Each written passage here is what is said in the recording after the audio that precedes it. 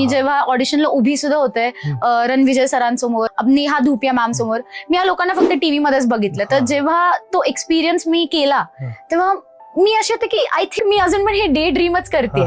This is not happening in real life. मला हे विश्वासच होत नव्हतं. तर मग तेव्हा जे सुचलं ते मी माझ्या मनातनं बोलले. पण तिकडे तसं नाहीयेत. लोक खूप कॅल्क्युलेशननी खेळतात, खूप कॅल्क्युलेटेड स्क्रिप्टेड गोष्टी बोलतात, त्यांचे डायलॉग सगळे एक एक गोष्टी खूप पॅरामीटर्स, खूप फिल्टर्स. आणि मला नव्हतं माहिती, मला अजूनही येत नाही इतक्या फिल्टर मध्ये राहतात. कास्टिंग एजन्सीकडनं मिळालं असेल.